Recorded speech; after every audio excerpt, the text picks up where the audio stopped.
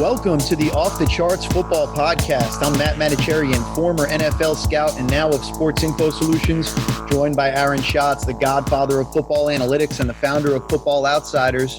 We've got our producer, Justin Stein, with us, and we've got a trade alert going off right as we start the podcast. Aaron, what is the news? By the time the podcast comes out, there may be more trades because it's trade deadline time. But yeah, Yannick Ngakoue traded from Minnesota to the Ravens. Minnesota picked him up from Jacksonville in the preseason, but they're waving the white flag at 1-5. And they sent him off to the Ravens for a third-round pick and a conditional fifth-round pick, which I think is a really good deal for the Ravens. The poor Vikings, they got 6 weeks of this guy and 5 losses, and they traded away what's going to end up being a high second-rounder, and they're going to get back a low third-rounder for him. So, I mean, it's a good job of the Vikings to recognize when you've got a sunk cost. Don't chase it, but at the same time, that's too bad for them. But I think it's a great move for the Ravens. Yeah, I'll give him credit for the sunk cost aspect of things. I think that's showing really good awareness of what you are. And by that same token, there's something that they missed about what they thought they were at the time when they made this trade. I'm not sure exactly what it's been. Has the impact, Stephon Diggs has had an unbelievable impact for the Bills. Yeah, but Justin Jefferson's been just as good for the Vikings. Yeah, I'm with you there. So it's really been interesting the way that things have gone so far this year, I think especially on the defensive side of the ball. And I think it brings me back to what Mike Lombardi used to talk about the most, which was we spend so much time as scouts trying to figure out college players and trying to figure out players on other teams. When you're really in charge of an organization, your number one job is to understand what's in your building, what's on your roster, and what you're going to be. So just as you say, credit to them for realizing what they are now. I think that the reason why they gave up an asset for something not as good, that didn't really pay off for them is because they misdiagnosed. Now, they didn't miss on who this player is. Yannick Ngakoue has been great so far this year. We have him 12th amongst all players in pass rush points saved with 9 points saved on 189 pass rush snaps. 183 pass rush snaps, 189 pass snaps total. 20 pressures for him. So he's been a heck of a player. He'll be a heck of a player. And then playing it forward to the Ravens side of things, giving up the third rounder, we all know about how conditional draft picks work. And it stands to reason that either he becomes a long-term piece for them or he doesn't, and they're very comfortable with that at a third-round pick price. I will say with the Vikings going into this season, right, they lost a lot of players because of salary cap reasons. They've actually ended up a little better than I expected on the underlying play-by-play because DVOA suggests that Minnesota is better than its record. They may be 1-5, but they're 17th in DVOA. So they're only slightly below average. The problem is that at this point in the season, what matters more is that 1-5, especially when you have two teams in your division that are 5-1 and 4-1. So I think Minnesota's right to throw the white flag. And it's a great deal for the Ravens because what the Ravens need is the ability to play Kansas City without blitzing Mahomes. Because blitzing Mahomes doesn't work. And the Ravens blitz more than anyone else. And they need to be able to try to get after Mahomes with just 4 pass rushers. And this really helps them do that. Huge move. Could definitely affect the playoff picture this year. So we'll stay we'll keep an eye on that one. And it's a good transition into the most important games of the week, talking about 2 other AFC contenders. That's right. We're going to go with Super Bowl games because the biggest games of this week are games that are important for Super Bowl chances. And the biggest game of the week is Pittsburgh at Tennessee. Steelers make the Super Bowl 22% of the time if they win, 15% if they lose. Titans, we have them in 14% if they win this game, 8% if they lose. And this is a really great battle of offense and defense because Pittsburgh is number 2 on defense, but Tennessee is number 3 on offense. Yeah, that's the best battle of this game. When I was taking my notes for this game, I was looking around at the DVOA leaderboard. It just reminded me again, and I apologize doing this to you publicly, but DVOA is so awesome because just as you were talking about the Vikings and how they've been better than 1-5 and DVOA reveals that, you look at the top 10 list after 6 weeks, and I think you just get a much clearer picture, and it's much more intuitive, the picture that you get of team quality than looking at records or point differentials or yardage rankings. And certainly looking at DVOA in conjunction with those is the best of all worlds. But I just wanted to reflect on that because at this point, DVOA is such a part of my life that sometimes I take it for granted. Thank you very much. And yeah, Pittsburgh and Tennessee have the same record of 5-0, but they have not gotten there in the same way. Tennessee has 4 very, very close wins. The thing is that Tennessee's best game of the season is the one that was on national television against Buffalo. So we tend to probably think of them as better than they are. That being said, what's really good for Tennessee is the offense. But Pittsburgh's defense has been outstanding. So Pittsburgh is number 1 in adjusted line yards and number 1 in adjusted sack rate, which is pretty remarkable. And here's the interesting thing, though. They're number 32 in third and long defense. They've given up third and long really badly, but the Titans' offense is 28th in third and long. It's the one place they're not good on offense. Because what do you not do on third and long? You can't use play action. Right. And that's what the Titans offense is so based around is the play action passing. You just talked about the Steelers defense. And one thing that I got to thinking about was they're great on defense, just as they were last year. And looking at the top 5 teams in defensive DVOA, they're really all teams that we expected to be good on defense this year. So we do a lot of talking about the notion of defense not being as consistent as offense from year to year.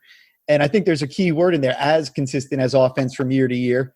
And then I also think we're looking at kind of the exceptions that prove the rule. Because you take a look at the AFC East, the Bills and Patriots both had top defense and have struggled to different degrees on defense so far this year.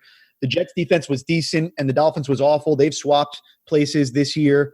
So there's plenty of defensive volatility from year to year, just not with the Steelers from last year to this year. Well, I will say, first of all, just as a mea culpa, I did not think that the current top 5 defenses were all going to be top 5 defenses this year. I certainly did not think that Indianapolis's defense was going to play as well as it has.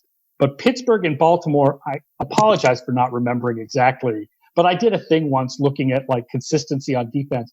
And it's something like there's only like 4 years in the history of the Ravens where they have a below average defense. And there's only something like 5 years in the history of the Steelers going back to 85 where they have a below average defense. So like those 2 teams are like the exceptions to the rule about defense consistency. And yeah, the Steelers have just been fantastic on defense this year. And their front, I think obviously they're going to miss Devin Bush, the linebacker who has a torn ACL now and is out for the year. But they have so many other pieces in the defensive front that I think now their secondary hasn't been as good. The secondary hasn't been as good this year, but the defensive front is just outstanding.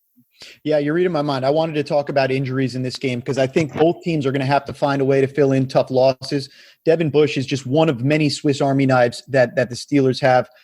For anybody who didn't read Dominique Foxworth's fantastic article on Tyrann Mathieu, that really gets into these defenders that have just changed the NFL in positionless defense. Devin Bush is one of those guys, along with Minkah Fitzpatrick and others. It's a tough loss, but the good news, as you mentioned, they still have 3 of the top 7 players in the league in pass rush points saved in terms of Dupree, Watt, and Tuitt. So I'm actually more worried about the Titans' loss of Taylor Lewan. Interestingly enough, I started digging on him. He hasn't performed to his usual level so far this year. He's usually good for about 30 points per season, but he has just 2 in his 5 starts this year.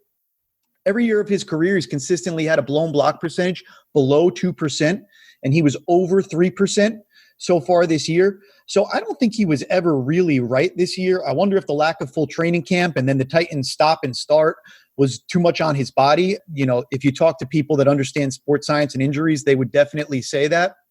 But I started looking even further at the on-off splits, and Derrick Henry obviously had a good run game in his last game and hasn't suffered without him this year. But when you look at the SIS on-off splits tool, in terms of Taylor Lewan and his impact on the Titans, their EPA per pass play is just 0.13 with him off the field.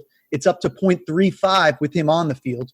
To put that into context, if you multiply those numbers by 60 to approximate the number of snaps in a game, the Titans have created 8 expected points per 60 pass plays without Lewan, compared to 21 expected points added per 60 with Lewan.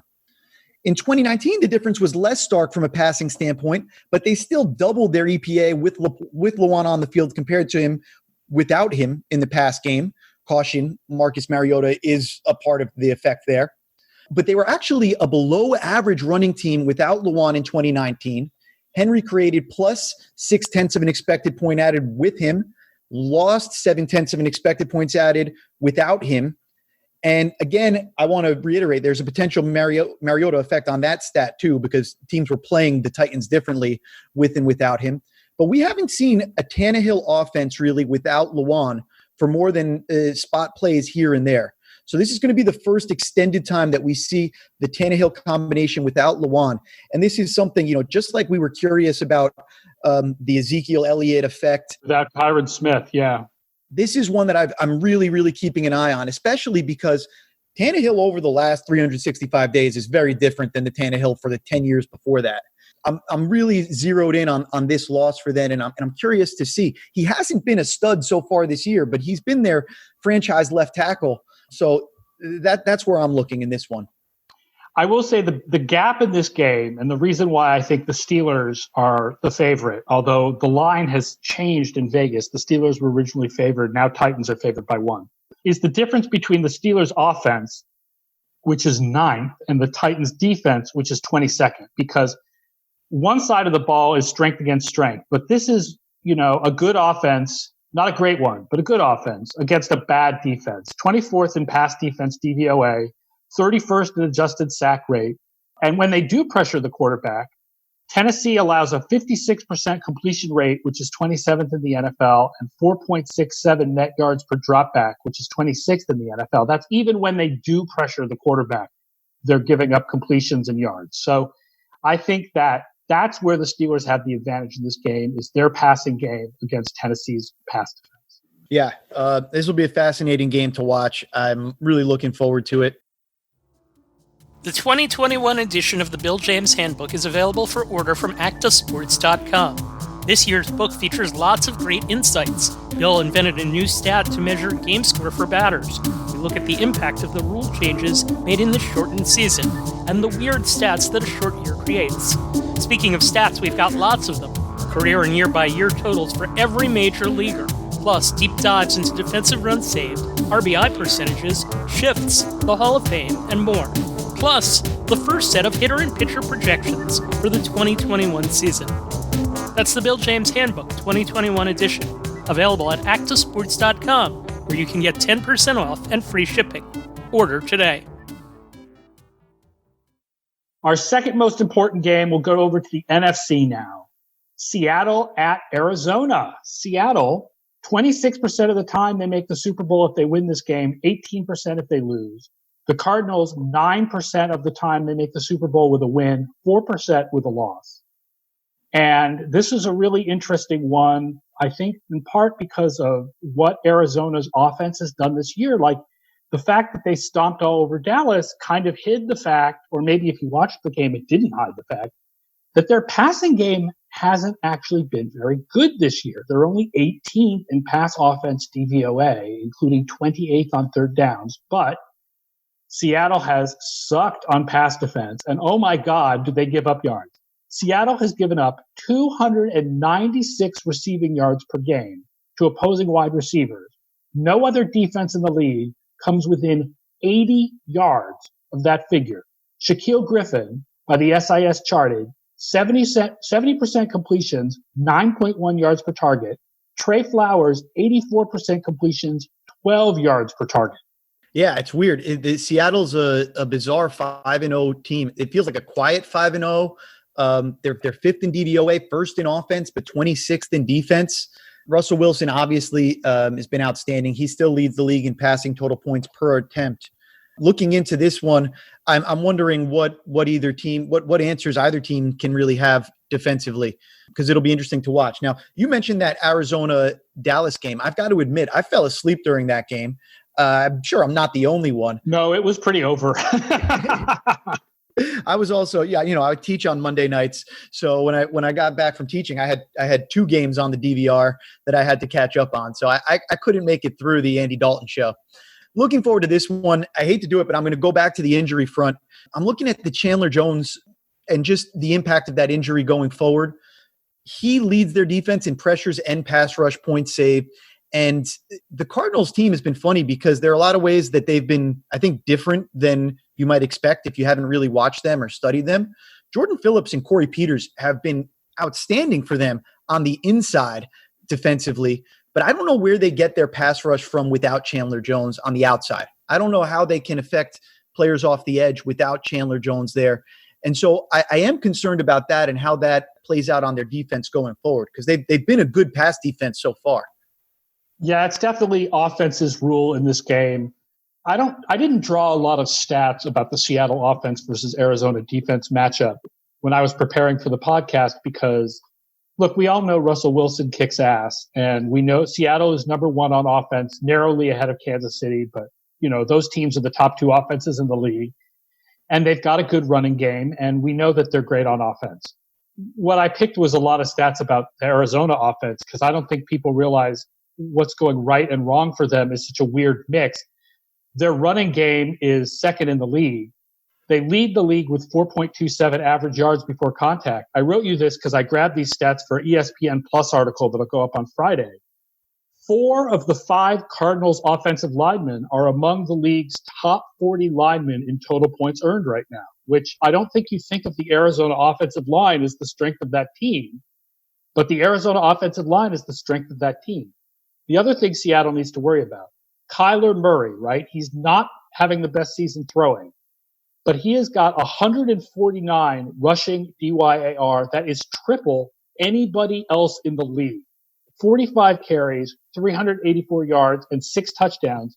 And Seattle has been a below average defense against quarterback running this year, not just Cam Newton, but also Dak Prescott and Ryan Fitzpatrick scoring on a 10-yard quarterback draw against them. So, their defense is not really built to stop Kyler Murray running the ball. Very similar stuff, actually, looking at things from kind of the SIS lens. Arizona winning despite Kyler Murray only 20th in passing total points. It has not been that he's been lighting it up down the field. And he leads the league, as you mentioned, in EPA on run plays from the quarterback position. He's got 6 more than second-place Lamar Jackson, not quite triple as it is on the DYAR value metric, but a similar story there. It's been really that's been outstanding for them. Looking at the DeAndre Hopkins trade, he's got more than double the targets of any of their other receivers. We don't need to talk about how Houston's doing so far this year. Yeah, I don't think what's wrong with the Arizona passing game is DeAndre Hopkins. He's still had a good season. He's still playing just fine. And what I can't figure out is why people keep getting mad at analytics. We were the ones saying no, this is a bad trade. Look out. And everybody just wants to focus on kind of toss up 2-point conversion decisions. There's also something, if we're going to take this little detour, where every time a coach makes a controversial decision now, it is blamed on analytics, even if that decision has nothing to do with analytics or goes against analytics. Edge Sports did the analysis, and the Edge Sports analysis said it would have been better for Crennel to kick the extra point and go up 8 than to try the 2-point conversion to go up 9. So the analytics actually said the opposite of what Crennel did, but what Crennel did is being blamed on analytics, because now whenever a coach makes a decision that you don't like or doesn't work out, you just blame the analytics guys, as if Crennel doesn't have his own, decision-making abilities that he can listen to the analytics people and then make up his own damn mind. Interesting that you guys actually had that as the wrong call. We had it as a toss-up. We had it as within 1 percentage point of win probability. I don't even remember which way, because at that point it's a toss-up. Right. You just decide what you want. You're the coach. We had it with 1.5%. So yeah, basically right. A toss-up. Yeah. But it's true. What I think is interesting about it is that here's Romeo Crennel, and he's not worried about job security. And I think he's just a great case study in a guy who's being fed information. We know the Texans feed good analytical information to their coaches. What they do with it is up to them, clearly, as we've seen previous regimes. But Romeo Crennel has no interest in job security. He has no care about it. He's just trying to win the game, do what he can for his team. And he made the call that he thought was best for his team. What I like about the call, and what our models, I'll talk about just our model specifically, takes into account, but it takes into account in a broad sense, not in the specific moment in the game. I understand if you've got Deshaun Watson and a crappy defense, and the other team has Derrick Henry, and saying, if the game comes down to one of us doing a 2-point conversion, I'd rather it be my offense on the field than their offense on the field. It's a completely reasonable decision. Yes, I don't understand how analytics is getting slammed for a decision that honestly is less about analytics and more about kind of feeling who's like coaching gut. Their offense was hot. You didn't want their offense going for two. Like, yeah, we're really good at playing the result. Like, no matter what, we're really good at playing the result. Shout out to Weller Ross, the analytics guy in Houston. Yeah, Weller's fantastic. One last thing I wanted to touch on just with the two quarterbacks playing in this game, a little tease. Alex Vigderman put together some research this week that blew me away. It's going to be coming out in our weekly article that comes out on Sharp Football Analysis for people who want to check that out. But I want to give a little tease of it right here because Kyler Murray and Russell Wilson are two guys that take this argument that analytics people and other people have been having about who owns pressure. Does the quarterback own pressure versus the offensive line? We found that it's a mix between both, that the quarterback has more to do with pressure than any of the offensive linemen. But Alex kind of took this a step further, using our timer data, how quickly the pressure arrives, and combining that with our blown block data, which are, as you know, Aaron, blown blocks are showing you when there was something that was the specific responsibility of the offensive lineman. You don't see a sack off of a blown block that happens 4 or 5 seconds into a play. No, that's you got beat right away. You got beat right away. You got beat by the guy in front of you. So Alex was able to look at the different types of pressures that happen and basically divide them out over the parts of the play. So in the first basically like second and a half, you'll get unblocked pressures, guys coming free as blitzers, unblocked guys, whatever. Then you get to like the 1.5 to 3 or 3.5 second range where it tends to mostly be blown blocks that are those pressures that happen in that range. And then you get kind of past 3 seconds and you get to more quarterback clear ownership of the pressures. And when you start to look at this and divide it by the different types of quarterbacks, what you start to see is, yes, Kyler Murray and Russell Wilson create a lot of pressure on themselves. By holding the ball, they end up getting into a lot more pressure situations. What's interesting is we always talk about quarterback performance under pressure.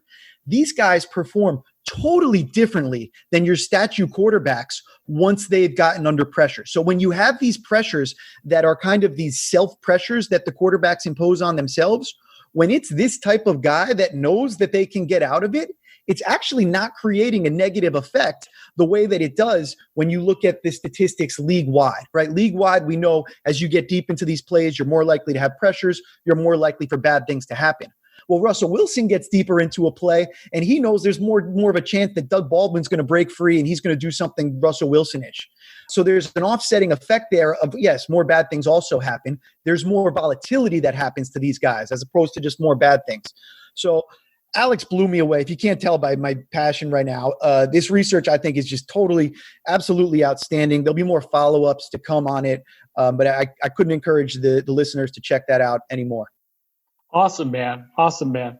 All right. Speaking of statue quarterbacks rather than ones that perform well under pressure, the biggest game of the week, our third game for the show, is the biggest game of the week for making the playoffs, and that is the Chicago Bears at the LA Rams on Monday night. Bears make the playoffs 90% of the time if they win this game, 69% if they lose.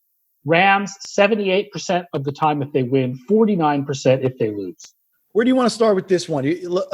Should we start off with the Bears? Because it's a pretty good – you said the statue quarterbacks. And if you're going to be taking mea culpas, you also should take a victory lap. You said neither Foles nor Trubisky would be good this year. Neither of them has been good this year. The 3 Foles starts have been better than the 3 Mitch starts in terms of passing total points. Probably by a small amount. It's like a guy that's been below average and a guy that's been the bottom of the league. Basically, Foles is barely in the positives in terms of passing total points. Mitch is in the negatives. They're very limited offensively, no matter who the quarterback is. 28th running the ball in DVOA, 24th passing the ball. And I worry about James Daniels is out for the year, right? And so I don't know how the Rams are going to set up the defense, where they're going to put Aaron Donald. But, oh my God, if the Bears have to block him with street free agent Alex Bars, who's currently the left guard, that is not going to be pretty. Yeah, Aaron Donald he gets more and more outrageous every year. I feel like we're always talking about him, and yet we're not talking about him enough. So far, he leads all defensive tackles with 16 pass rush points saved already this year. Second place is Malik Jackson with 9. He's created almost much value as the second best defensive tackle in the game. And just looking ahead a little bit, he's going to have a good time, I think, with Foles this week. The week after that, it'll be Tua's first game. He's going to get Aaron Donald on the other side. All right. Good luck with that. Flip it around. Bears. Here's what I thought was interesting doing some research for ESPN. It looks like their quality defense, and the Bears are number 5 in defensive DVOA, is more about pass coverage than it is pressure, which Khalil Mack, you would think it was more about pressure, but they're just 20th in pass rush win rate and 22nd in pressure rate. But they're second when they cover opposing number 1 receivers and 6th when they cover opposing number 2 receivers and number 1 covering opposing running backs. So the Bears are much more, it looks like, more about the pass coverage than the pass rush this year. And the tackles for the Rams are the top 2 offensive linemen in SIS points earned this year. It's interesting. Let's start back on the back end there for the Bears. You talked about how good they've been against number 1 and number 2 receivers. Kyle Fuller is a very familiar name. He's having a good season, better than his usual standard. But it's on the other side, rookie Jalen Johnson, allowing less than 45% completions on balls that travel his way. We had him as the number 3 corner coming out this year in the Football Rookie Handbook, a 6.7 final grade, basically a solid number 2 corner for a Super Bowl level team. Our scout who wrote the report, Kyle Rodeman, does outstanding work for us. His one-liner had Johnson said the necessary coverage skills in man or zone, press or off to fit into almost any scheme as an outside corner. And that's what you've seen with him. You've seen them make use of him on the outside, and you've seen that they like to mix up their coverages. They like to do some zone stuff. He gets physical at the line of scrimmage, but he's also got enough versatility to be able to mix up the coverages.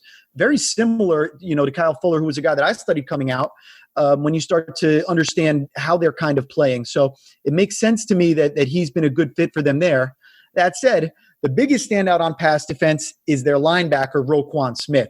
You talked about them being number 1 against running backs. Look no further than Roquan Smith. He averages 4 targets per game defensively, and he's allowing an average of 11 yards per game on those 4 targets.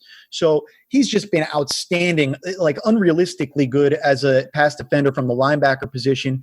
We talk about those Tampa Bay linebackers a little bit in the past couple of weeks. He's a guy that deserves some real recognition for what he does in the pass game.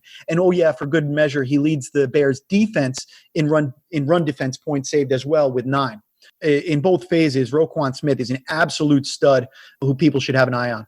This is another game like Pittsburgh, Tennessee, where on one side of the ball, it's strength against strength, and that's fascinating. Rams offense against Bears defense. But the other side of the ball, one unit is better than the other. And in this case, it's the Rams defense is better. The Rams defense is like average, and the Bears offense is bad. And that's the difference in this game, is that the Bears are bad in one way, and the Rams are not bad in any way. They're just average on defense. There's another example of how you look at DVOA, and the Rams dropped from 4 to 9, and the Bears moved up last week, but still, despite the records, the Bears are 5-1. They moved up from 23rd to 14th in DVOA. So it's not like all of a sudden we're thinking that they're really a 5-1 team, and that's Parcells says you are what your record says you are. The standings, I guess, believe that, but right. What I've always said is Parcells says you are what you are, but what's actually true is you were what you were. Nothing I say about DVOA or any other stat can change the fact that the Bears have 5 wins. Like, they've got them. That's not going to change, and that's super important. But that doesn't tell us the most about going forward. Going forward, the Rams are the better team. One last note on this game. I've got to mention my guy, Akeem Hicks, who we drafted down in New Orleans, and Ryan Pace brought with him to Chicago.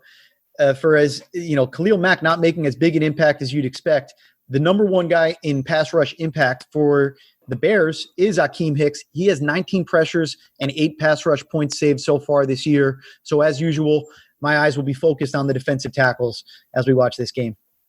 All right. On that note, let's sign off and get out of here. That was a lot of fun as usual.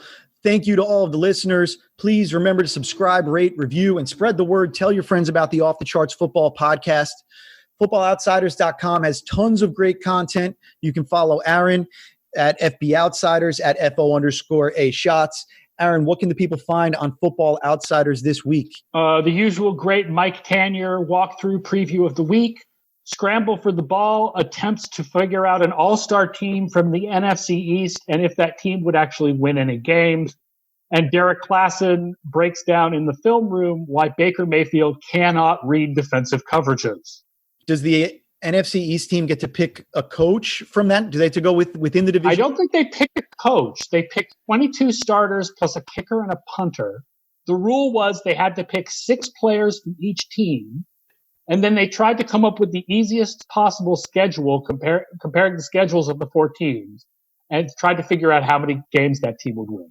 Somebody asked me this week, it was Bryce Rossler. He came to me and he said, do you think that a team of the best players from college football this year, an all-stars in college football, would beat the Jets? Oh, absolutely. I was like, of course, yeah. Right. That's not the question. The question is, would Clemson beat the Jets? And that's of course not. And the answer is no, because the Jets are all draftable players, and the Clemson has only like 12 draftable players. But if you took an all-star team of college players, oh yeah, they would kill the Jets. I agree with you there. You can check out Sports Info Solutions on Twitter at sportsinfo_SIS. Check out the free SIS Data Hub by visiting sisdatahub.com. And you can also get a trial of the Pro Data Hub at pro.sisdatahub.com. Check out our most recent book on the baseball side, the Bill James Handbook 2021 is already on the presses. It'll be in bookstores probably a week from today. So as the World Series ends, if you're a baseball fan, that's something to definitely check out and catch up on all of our latest research. For my co-host, Aaron Schatz, and our producer, Justin Stein, I'm Matt Manocherian, and thank you for joining us for the latest episode of the Off the Charts Football Podcast.